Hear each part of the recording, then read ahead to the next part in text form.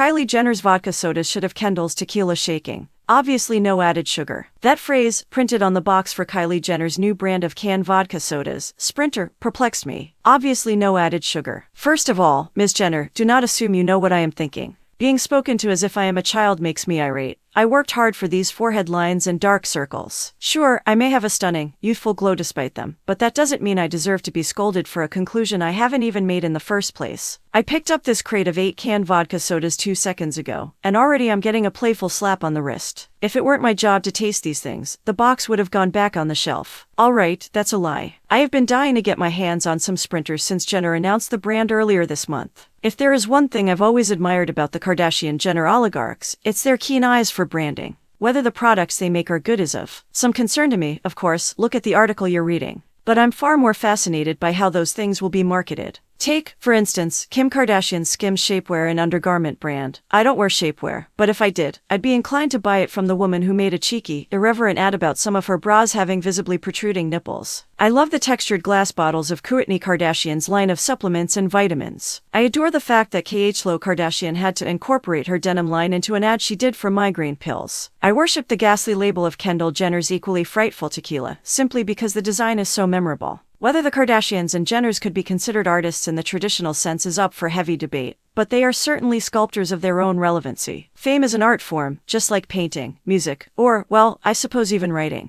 I'll have to delicately caress my reflection in a mirror to process that, but I'll do it later. Sprinter is another case of fantastic Kardashian-Jenner branding. Even the obviously no added sugar line couldn't deter me for long. But this time around, the vibes crafted by Sprinter's gorgeously designed packaging are matched by the cocktail's taste, formulation, and honestly, how the can feels just to hold. Unlike 818 Tequila, which writer Olivia Harrison, and a piece for the Daily Beast's Obsessed, once correctly noted is too sweet, Sprinter is nicely balanced and easy to drink. Move over, Kendall, because your little sister's alcohol might just be nipping at your heels. The best thing about Sprinter has nothing to do with the drink's taste or its look. Rather, the team's most ingenious move was rolling out this drink quickly and widely, making sure it would be easily available for anyone willing to try it when it officially hit the market March 21st. A few taps on the official site store locator quickly pointed me in the direction of a liquor store 7 subway stops away. Little did they know I'd crawl through broken glass to get a sip of Sprinter. In a store, it's easy to see that the primary difference between Sprinter and other canned cocktails isn't its ingredients, which boast real fruit juice, premium vodka, sparkling water, and obviously no added sugar, but its design.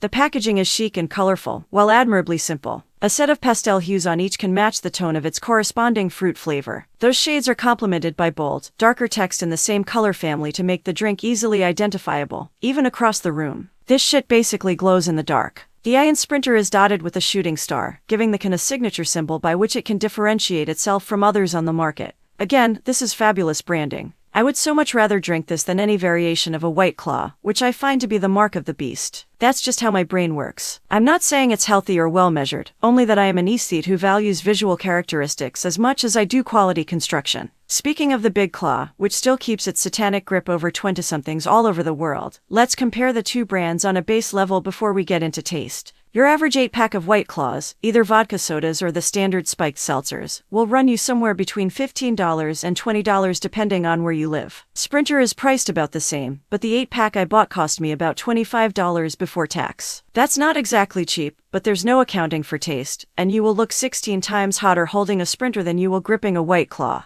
Both the White Claw vodka sodas and the Sprinters are 100 calories each and 4.5% alcohol by volume. So you might as well choose the one that will make other people feel bad about themselves while you sit mysteriously in the corner of a party, making them say, "Who's that girl? Boy, really stylish Weimaraner." As for the taste, Sprinter has the claws beat there too. The brand's first wave of flavors includes black cherry, lime, peach, and grapefruit. Pretty standard stuff in the realm of canned cocktails. I tried the peach first, and was immediately shot back in time and had my spine cracked against a concrete wall, recalling the dark ages spent consuming Bud Light Peach-A-Ritas at the age of 20. The scent profile is nearly identical, but the taste of the Sprinter is, expectedly, far more subtle than the malt liquor sludge that shaved a few years off my life. The drink is peaky, but not insistently so. It's hard to make a decent flavored beverage out of any stone fruits, so to drink this without retching is already a point in Jenner's favor. Next up were the lime and the grapefruit. The lime is one of the best of the bunch, just acidic enough to avoid becoming cloying. Lime is, excuse my pun, low-hanging fruit when it comes to beverages. It's one of the easiest flavors to get right.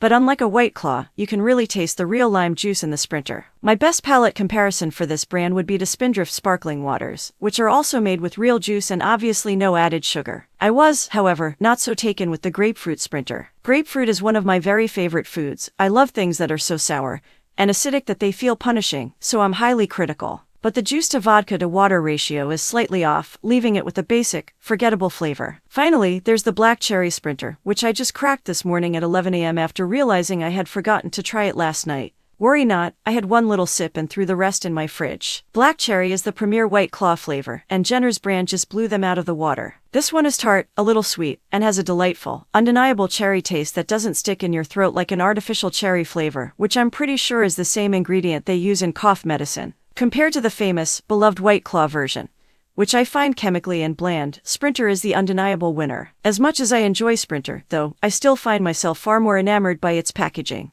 A line of text on the back of the can tells consumers to sprint to the good times, which seems like a bad sentiment to put on a can of alcohol, even a low-alcohol beverage. But I can look past that because of the blurb that sits right below it. Say hello to Sprinter, a bold and juicy mix of real fruit juice, premium vodka, and sparkling water that can reads. It's your +1 for fun. Your can for every plan. Your new main squeeze. Maybe I'm an easy mark, and perhaps the Kardashian-Jenner family is wickedly good at keeping their talons stuck in my spleen, but I find that utterly delightful. It's saucy and brash. Suddenly, obviously no added sugar makes a little more sense. It's a playful rib, not a harsh chide. Sprinter is silly and unserious. It sort of has to be as a Kylie Jenner passion project. At least she knows exactly what people want from America's royal family, which is to be in on the joke.